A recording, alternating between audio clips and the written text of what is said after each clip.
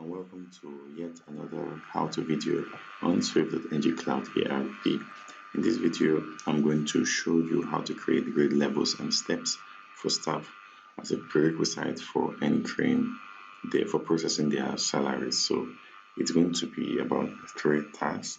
So the first would be to create the grade levels, add deductions and allowances or benefits to that specific grade, and then create steps under that grade and also add deductions and allowances or benefits to that. So when I apply those settings to a staff's record, you would see that you're able to process the staff salary based on those things. And should the staff change levels, all you just need to do is edit the staff's step, and you're good to go. So it's all the same drill. So we'll just open our website, Swift.ng, log into the software.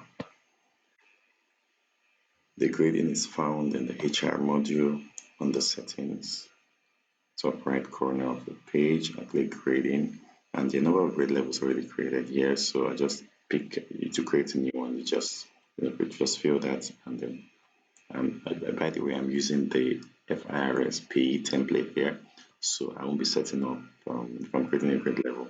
I'm going to ignore the annual tax here. So if your tax is fixed annually, you can set up at that point. So let's just pick any of the grade levels here. Let me say grade level 1. I think we have that already created without anything in it.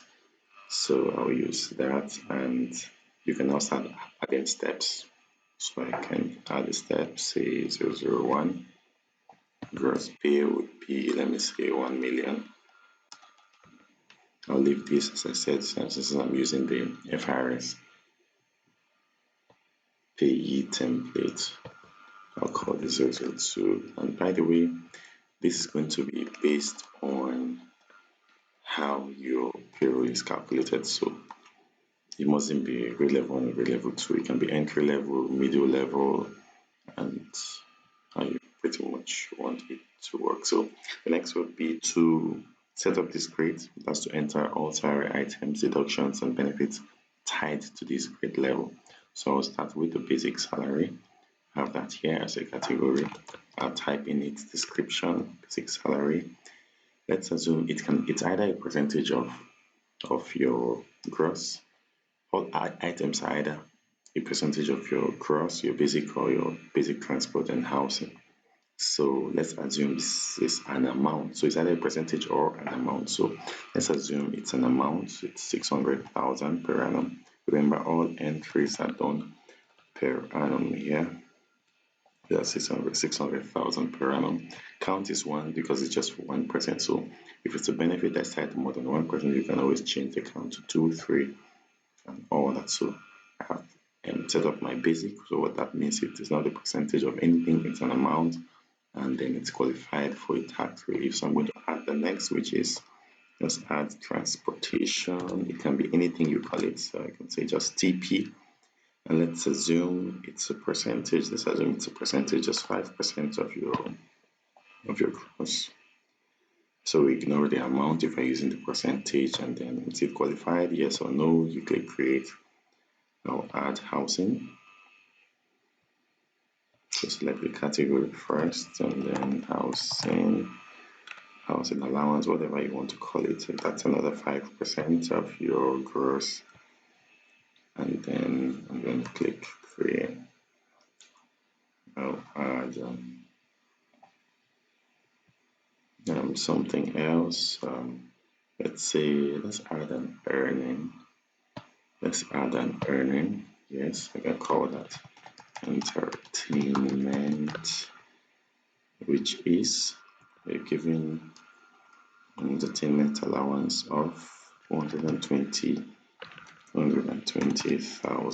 and you're qualified for at this level for two people. Two people are given that. So that's probably you and your spouse. And let's add the other regular items, like let's add the deduction, like your pension deduction, pension contribution.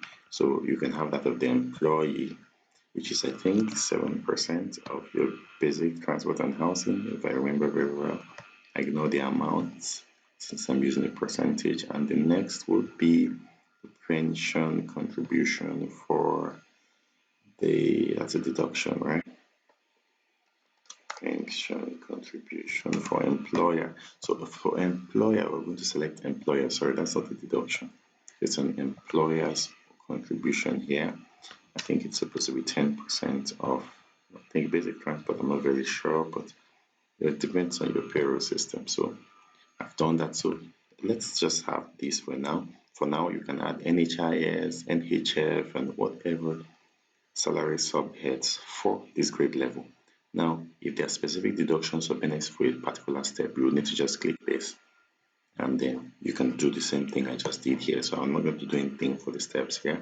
I'm going to leave it this way. And with this, we can apply the settings to a specific staff. So I go to the team page rather, under the HR module, because I did the staff's information, and I just forgot the grade. I think it was grade level. I think it was entry level.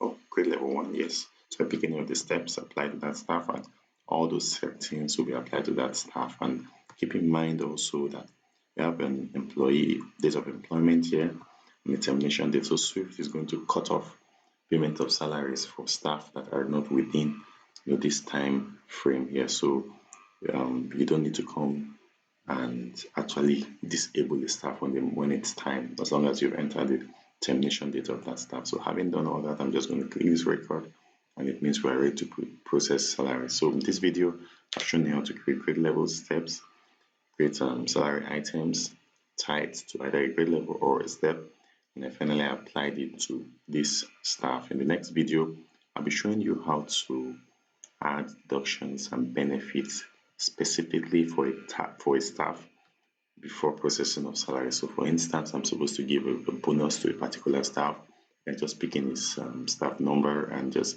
hit that amount, and he's going to get that as a benefit. And if it's a deduction also, I can do the same. So thanks for watching, and watch out for the next video.